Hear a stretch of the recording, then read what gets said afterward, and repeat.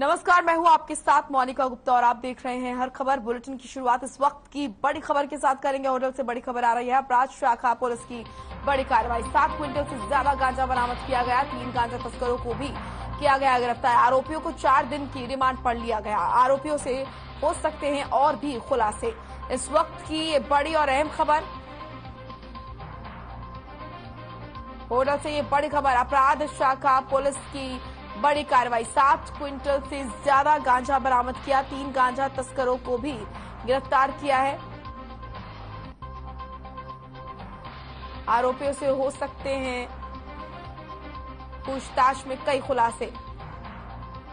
7 quintal से ज्यादा गांजा बरामद किया है। बड़ी खबर, 3 गांजा तस्करों को गिरफ्तार किया। इस मामले में आरोपियों को 4 दिन की रिमांड पर भेजा गया और आरोपियों से हो सकते हैं और भी खुलासे। बड़ी खबर होटल से, जहां पर अपराध शाखा पुलिस की बड़ी कार्रवाई देखने को मिली है और ये तस्वीरें आप देखिए, इन 3 तस्करों को गिरफ्तार किया गया है। गांजे की तस्करी किया करते थे तीनों तस्कर। पुलिस को ये बड़ी कामयाबी हाथ लगी है। 7 क्विंटल से ज्यादा गांजा इनसे बरामद किया है। ये तस्वीरें आप देखिए, 3 तस्करों को पुलिस ने गिरफ्तार किया। इनसे पूछताछ में कई खुलासे होंगे। नशे का ये कारोबार कहां कहां तक फैला हुआ है और कहां कहां इसके नेटवर्क हैं। तो ये गिरफ्तारी पुलिस के लिए बड़ी कामयाबी इसीलिए है क्योंकि बड़ी मात्रा में इनसे गांजा बरामद हुआ है। आपको बता दें कि 7 क्विंटल से ज्यादा गांजा बरामद किया गया है।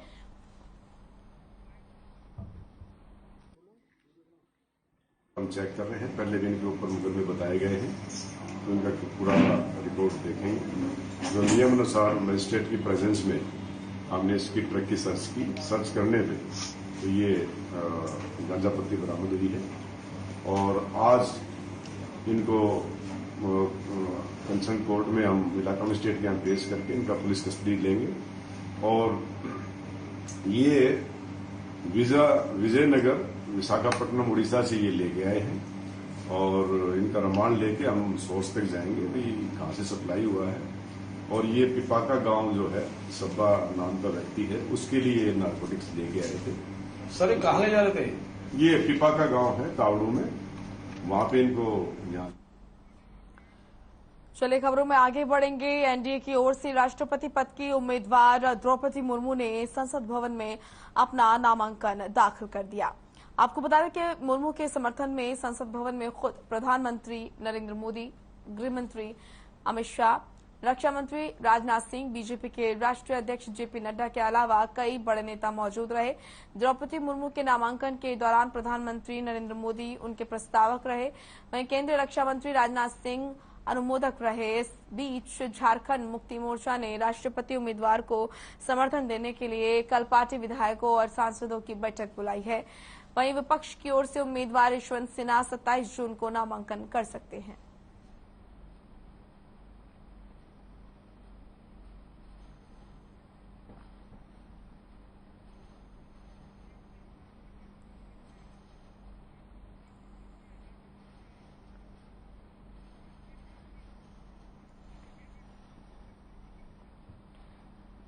कैबिनेट मंत्री मूलचंद शर्मा हमारे साथ जुड़ चुके हैं। सर, स्वागत है आपका हर खबर पर।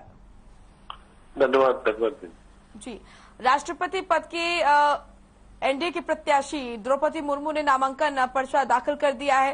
क्या कहेंगे सर, कितने आश्वस्त हैं जीत को लेकर?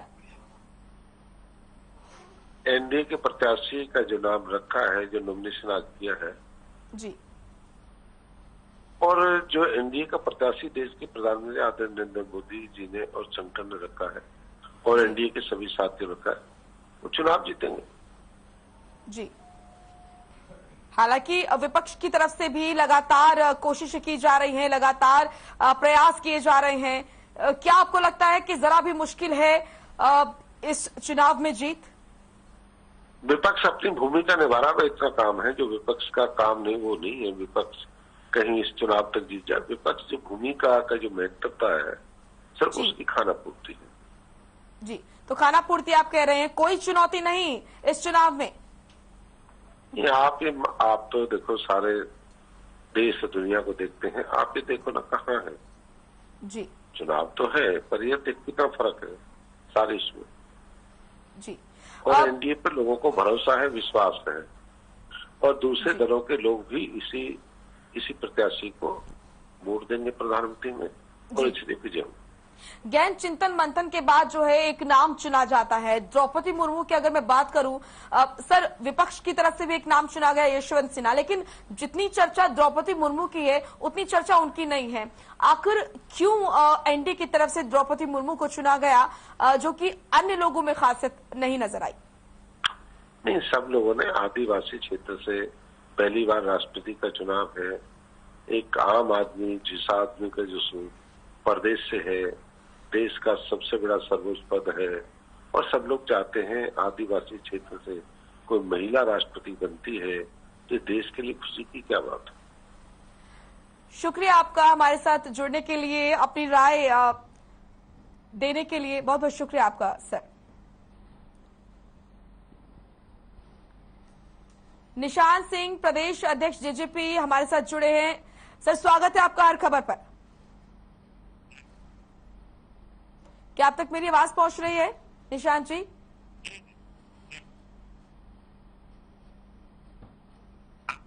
क्या आप तक आवाज पहुंच रही है मेरी? चलिए संपर्क करने की हम कोशिश कर रहे हैं। फिलहाल आपको बता दें कि द्रौपदी मुर्मू ने नामांकन दाखिल कर दिया है। उनके साथ प्रधानमंत्री नरेंद्र मोदी, गृह मंत्री अमित शाह, रक्षा मंत्री राजनाथ सिंह और तमाम बड़े नेता मौजूद रहे। निशांत सिंह, जेजेपी प्रदेश अध्यक्ष, हमारे साथ जुड़ चुके हैं। सर, स्वागत है आपका हर खबर पर। जी धन्यवाद। जी, द्रौपदी मुर्मू जो कि एनडीए की तरफ से प्रत्याशी है, उन्होंने अपना नामांकन आज दाखिल किया। कई बड़े नेता वहां पर मौजूद रहे। इसको लेकर क्या कहेंगे आप? जेजेपी ने जो है समर्थन करने की बात कही है कि पूरा समर्थन रहेगा एनडीए के प्रत्याशियों को। जी, हमारा समर्थन रहेगा।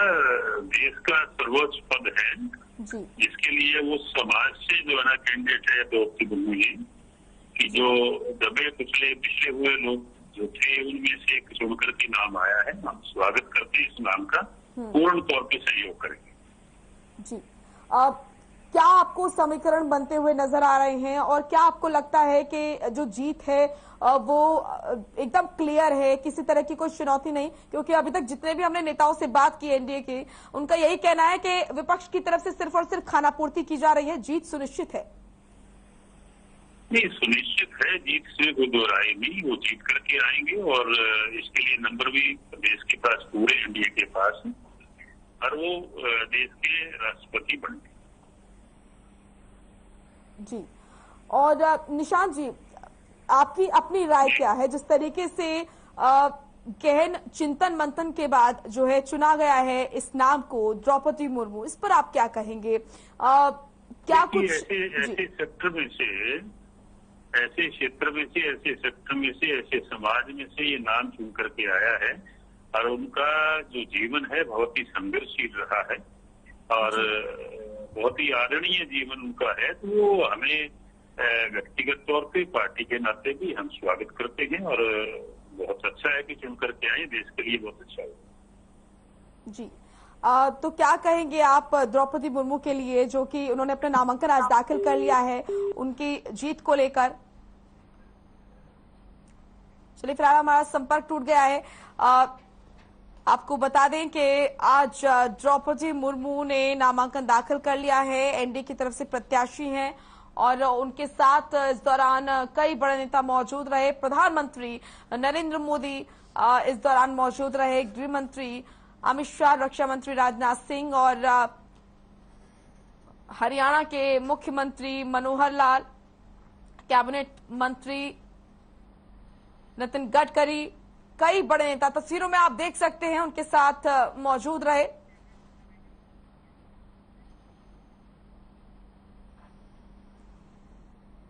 तो ये तस्वीरें उस दौरान की जब द्रौपदी मुर्मू ने नामांकन दाखिल किया। जन्म 20 जून 1958 में हुआ था। द्रौपदी मुर्मू कौन है, इनके बारे में जानना बहुत जरूरी है क्योंकि एनडीए की तरफ से राष्ट्रपति पद के लिए उम्मीदवार हैं।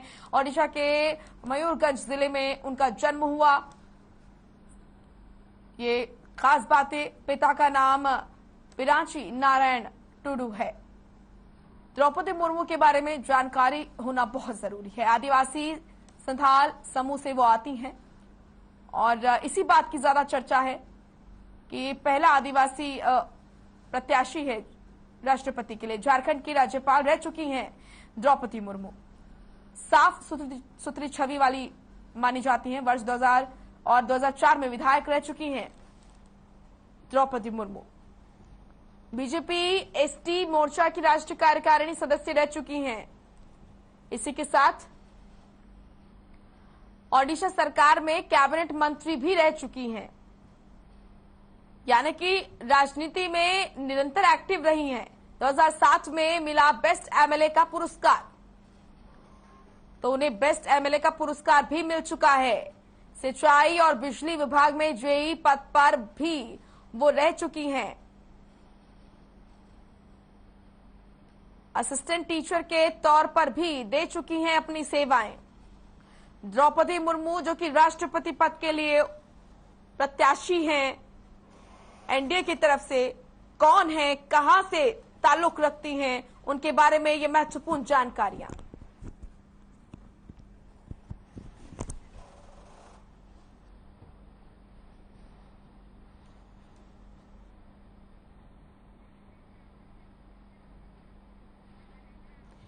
केवल ढींगरा कांग्रेस प्रवक्ता हमारे साथ जुड़ चुके हैं। सर, स्वागत है आपका हर खबर पर। जी नमस्कार। जी, क्या कहेंगे आप? राष्ट्रपति चुनाव को लेकर लगातार हलचल जो है वो तेज नजर आ रही है। एनडीए का कहना है कि विपक्ष की तरफ से तो सिर्फ खानापूर्ति हो रही है, जीत सुनिश्चित है एनडीए के प्रत्याशी की। नहीं, बीजेपी की तरफ से डरे हुए हैं, इसलिए इनका जो उम्मीदवार है वो बड़ी शिद्दत से इनको ढूंढना पड़ा, पता नहीं कहां से लाए ढूंढ के बड़ी उससे। लेकिन यशवंत सिन्हा जी एक जाने माने लोग हैं, बीजेपी में भी पैठ रखते हैं, कांग्रेस में भी रखते हैं, और अदर्स जो पूरा का पूरा यूपीए बहुत बड़ा दल है, उसमें भी पैठ रखते हैं। और एनडीए के जो छोटे छोटे घटक दल इनके साथ, एनडीए के साथ, जैसे नीतीश कुमार की पार्टी रहेगी और दूसरे लोग रह गए, वो भी इनके उसमें भी पैठ रखते हैं। तो ये बीजेपी डरी हुई है कि हमारा कहीं उम्मीदवार हार ना जाए। और मैं आपको गणित भी बता देता हूँ, इसमें एमपी और एमएलए की वोट पड़ती है। तो अगर हम टोटल पूरे सभी टोटल की एमएलए और एमपी की वोट करें तो हम करीबन 52% से भी ऊपर जा रहे हैं। अभी ये एक हाइपोथेटिकल फिगर है, इससे भी ज्यादा हो सकते हैं हम। और ये जो है 48 से नीचे जा रहे हैं। और जिस हिसाब से इन्होंने देश के अंदर आतंक मचा रखा है बीजेपी ने, और ये किस तरह से धरपकड़ कर रहे हैं एमएलए की, एमपी की, तो इससे एमपी और एमएलए अंदर से डरे भी हुए हैं। और जिस समय वोट करने जाएंगे वो ये सोच के वोट करेंगे कि हमने देश का एक बहुत बड़े पद का एक व्यक्ति चुनना है, तो उसमें ऐसे आदमी को चुनना चाहिए जो धरपकड़ वाले व्यक्ति ना हो।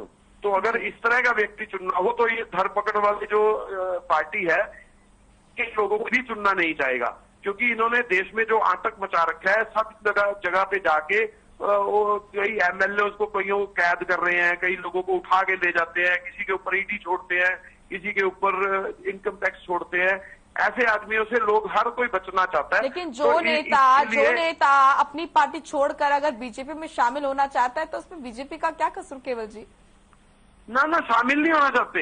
ये आपने देखा होगा, अभी 3 लोग भाग के आए वहां से, और उन लोगों ने क्या कहा कि हमें जबरदस्ती, हमें पता ही नहीं था कौन लोग हमें अगवा कर रहे हैं। एक की तो कंप्लेंट की गई पुलिस स्टेशन में कि उनके हस्बैंड जो है एमएलए, वो अगवा कर लिए गए।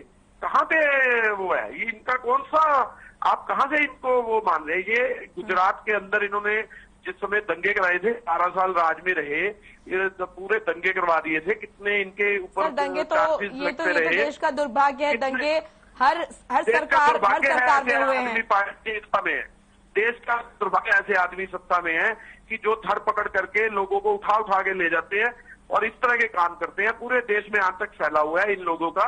2 लोग हैं, 2 लोगों ने पूरे देश में आतंक फैला रखा है, और यही लोग जो हैं इस तरह के काम कर रहे हैं। तो आपको ऐसा क्यों लगता है केवल जी कि जो बीजेपी है वो डरी हुई है? क्यों ऐसा लगता है आपको? बीजेपी नहीं डरी हुई, बीजेपी इन 2 लोगों से डरी हुई है। ये 2 लोगों ने आतंक फैला रखा है। आरएसएस भी जो, बीजेपी जो है, इन दो लोग आप आज की जो है प्रत्याशी को इन लेकर लोगों के कह रहे आज तक थे से कि खड़े हुए पता नहीं कहाँ ये से उठाकर ले आए हैं। इनमें से एक का बयान भी सुना, कल सुनिए, कल मैंने इनका बयान भी सुना एक का। उन्होंने टीवी के ऊपर बयान देके ये बात कही कि देखिए ये मैंने किया है, ये इनको लगता नहीं है, ये किया ही मैंने है। ये लोग ये अपने आप को एडमिट भी करते हैं कि हमने किया है ये सारा कुछ। तो ये आतंकी तो है और क्या है, आप भी तो समझ रहे होंगे। नहीं तो ईडी किसके ऊपर कैसे छोड़ी जाती, किन लोगों पे छोड़ी जाती है। और कुछ लोग ऐसे भी होते हैं जो ईडी के भय से भी इसके पास चले जाते हैं। साफ सुथरे हैं उनको डरने की जरूरत ही नहीं। अगर आप ये आरोप भी लगा रहे हैं तो आप सुनिए ना, साफ सुथरे तो अब जैसे इन्होंने कितने लोग वहां पे आसाम में इकट्ठे किए हुए हैं, तो सारे के सारे इसका मतलब ईडी के भय से गए हैं ना। उनमें से कोई 1% होगा, 2% होंगे जो ईडी के डर से उनको ले गए होंगे, और बाकी के जो है भेड़ बकरियों की तरह उनको कैद करके लेके गए। सर ईडी पे जो कर रहे हैं ना, ईडी के मुद्दे पर तो चलिए बात करेंगे, लेकिन राष्ट्रपति पद के लिए हम बात कर रहे हैं। कुछ परसेंटेज, मेरी बात सुनिए, कुछ परसेंटेज लोग तो होते हैं जो ईडी, जिन लोगों ने गलत काम कर रहे हैं वो तो ईडी से डरते होंगे। जिन लोगों ने ईडी अलग से इस पर आपसे बात कर रहे हैं। ठीक है, इस पर अलग से समय निकालेंगे सर। बुला रहे हैं कितने दिन ईडी के सामने बिठा दिया। ईडी पर बात करेंगे अलग से समय निकालकर सर, लेकिन राष्ट्रपति चुनाव पर अभी हम बात करें केवल जी, क्योंकि शुरुआत में आपने कहा था कि बीजेपी इसीलिए डरी हुई है क्योंकि जो प्रत्याशी है वो पता नहीं कहां से उठाकर ले आई है, कौन है। आपको ऐसा क्यों लगता है? बीजेपी तो इसको अपना ट्रम्प कार्ड मान रही है क्योंकि आदिवासी पहली आदिवासी महिला है, उन्हें मौका दिया जा रहा है, इस बात की तो प्रशंसा हो रही है। सुनिए, वो बीजेपी प्रशंसा कर रही है ना, मेरी बात तो सुन लीजिए आप। जी बोलिए। मैं आपको ये बता रहा हूँ, इसमें बीजेपी की वोट नहीं, बीजेपी की वोट कम है। एमएलए और एमपी देश का, तो जो यूपीए का घटक दल है वो बड़ा है, एनडीए का घटक दल छोटा है। और फिर मैं आपको दोबारा फिर बताना चाह रहा हूँ, आप अगर इसका काउंटिंग करेंगे तो इनकी वोट 48% है, हमारी 52% है। और अगर हम इनकी धरपकड़ की बात करेंगे तो बीजेपी के भी कई जो लोग डरे हुए हैं अंदर से, वो लोग, क्योंकि दिखा के वोट नहीं पड़ती है, ये वोट पड़ती है सीधी, तो हर आदमी अपने माइंड से वोट डालता है। तो जिस तरह से इन्होंने आतंक फैला रखा है, वोट जो है उल्टी जाएगी।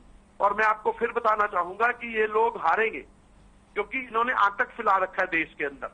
जब आतंक फैलाता है कोई बंदा, समीकरण के हिसाब से तो एनडीए का कहना है कि जीत उनकी सुनिश्चित है।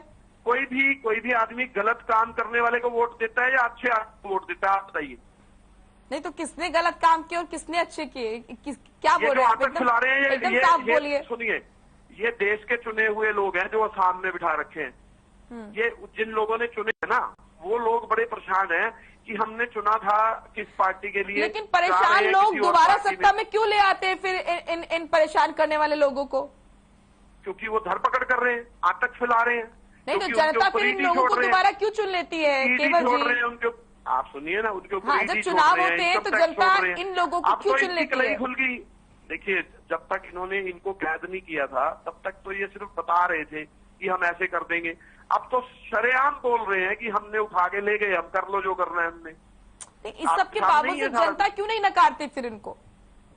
तो नकारेगी ना जब टाइम आएगा। अब ये भी तो वोटिंग आई है तो इसी में नकारेंगे ना। कितना टाइम जनता लेगी? देखिए ना निकाय चुनाव देखिए, इससे पहले राज्यसभा चुनाव देखिए, प्रदेश की मैं बात कर लेती हूँ।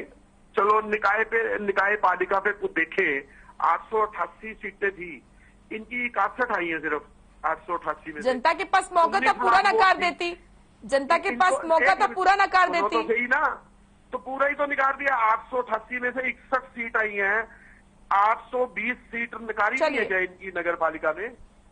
आपको समझ नहीं आई मेरी बात? 820 सीटें नकारने का 19 लाख वोट थी, 19 लाख में से 880 सीटों में से 60 सीटें आई है टोटल इनकी, 820 तो नकारी है ना। खैर ये तो देखिए आने वाला समय बताएगा कि चुनाव कौन जीतता है। दोनों ही देखिए एनडीए यूपी दोनों ही अपनी तैयारियां बता रही हैं, जीत सुनिश्चित बता रही है। 19 लाख के परिणाम बता रहा हूँ, सिर्फ हरियाणा के 19 लाख वोट के परिणाम बता रहा हूँ कि 880 में से 820 सीटें निर्दलीय जीत रहे हैं, 60 सीटें बीजेपी ले रही है। तो आप समझ पा रहे होंगे कि कितने % वोट इनकी गई। परसेंटेज भी चेक कर लीजिए। ठीक है केवल जी, और 26। ठीक है क्योंकि वक्त का अभाव है, आपको रोकना चाहूंगी। शुक्रिया आपका। प्रदीप नरूला हमारे साथ जुड़े हैं, राजनीतिक विश्लेषक हैं। प्रदीप जी, राष्ट्रपति चुनाव को लेकर जो हलचल है वो लगातार तेज हो रही है। यूपीए का कहना है कि उसकी तैयारी पूरी है, एनडीए का कहना है कि विपक्ष सिर्फ और सिर्फ खाना पूर्ति कर रहा है, जीत एनडीए के प्रत्याशी की सुनिश्चित है। तो आप क्या देख पा रहे हैं, जो समीकरण हैं वो क्या बनते हुए नजर आ रहे हैं? देखिए, जो समीकरण अब नजर आ रहे हैं उसमें कहीं भी ऐसा नहीं दिखाई दे रहा है कि द्रौपदी मुर्मू को कोई दिक्कत होने वाली है इस चुनाव को जीतने में। जहां तक गणित का सवाल है, जब ये चुनाव शुरू हुआ था, शुरुआत में एनडीए के पास 7,000 कुछ मत पहली वरीयता वाले कम थे, और जब उन्होंने ये द्रौपदी को चुनाव में डिक्लेयर किया, उन्होंने अपना कैंडिडेट, सारे ही पासा पलट दिया जी। तो द्रौपदी मुर्मू ने अपना नामांकन भर दिया है राष्ट्रपति पद के लिए, और जिस दौरान उन्होंने नामांकन भरा, ये तस्वीरें आपको दिखा रहे हैं। बीजेपी के राष्ट्रीय अध्यक्ष जेपी नड्डा और प्रधानमंत्री नरेंद्र मोदी, रक्षा मंत्री राजनाथ सिंह, गृह मंत्री अमित शाह, तमाम नेता वहां पर मौजूद।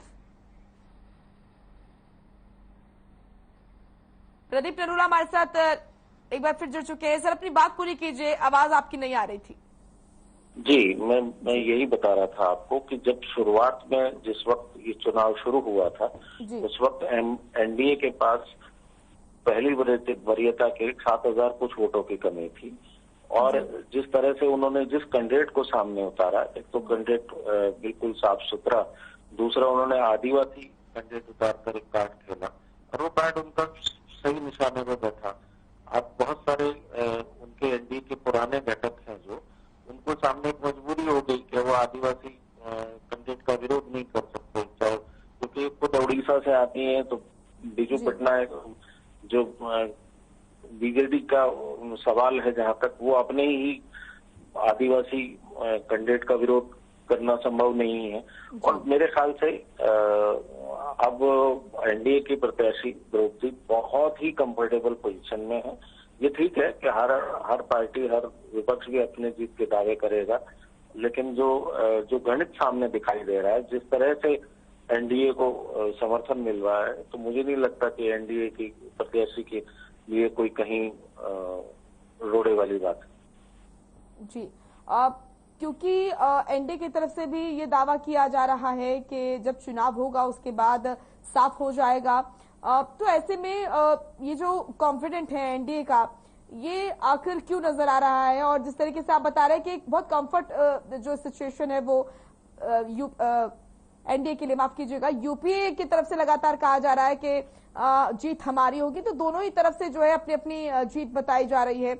आपने जैसा कि कहा कि एनडीए के लिए जो स्थिति है वो एकदम साफ नजर आ रही है। देखिए, मैं आपको बताऊं कि इस चुनाव में, राष्ट्रपति के चुनाव में, एक संवैधानिक पद के लिए चुनाव है, इसमें ना तो कोई व्हिप होता है और ना ही कोई इस तरह की कोई पार्टीबाजी की बात होती है। सभी कैंडिडेट एक दूसरे, ऐसे विपक्ष से भी वोट मांगे जाएंगे और यूपीए वाले एनडीए के घटकों से भी वोट मांगेंगे। लेकिन जिस तरह से एनडीए ने रणनीति बनाकर अपने घटकों को साथ लेकर उनसे मीटिंग कर, और जिस तरह से सभी जगह से समर्थन की बातें आ रही हैं, आप हरियाणा से देख लीजिए, विधायक, निर्दलीय विधायकों ने जेजेपी ने खुला समर्थन कर दिया, एंड आप बिहार से देख लीजिए कि नीतीश की पार्टी ने, जेडीयू ने सीधे तौर पर समर्थन कर दिया। आप उड़ीसा से देख लिए, उनको सीधे तौर पर समर्थन मिला। तो उड़ीसा वाले अभी एनडीए के घटक भी नहीं है। ऐसी स्थिति में ये स्पष्ट दिख रहा है। वैसे भी शुरुआत में 49% वोट एनडीए के साथ थे जब ये चुनाव की प्रक्रिया शुरू हुई, और उसके बाद उनका वो आंकड़ा बढ़ रहा है। तो मुझे नहीं लगता कि द्रौपदी मुर्मू के लिए कोई ऐसी कोई विकट परिस्थिति है या उन्हें कोई अड़चन आने वाली है। पहली वरीयता के वोटों में ही वो मेरे ख्याल से साफ दिखाई दे रहा है कि वो विजय की ओर बढ़ रही है। शुक्रिया आपका प्रदीप जी, हमारे साथ जुड़ने के लिए। महत्वपूर्ण जानकारी आपने दी। चलिए फिलहाल इस बुलेटिन में इतना ही। आप देखते रहिए हर खबर। नमस्कार।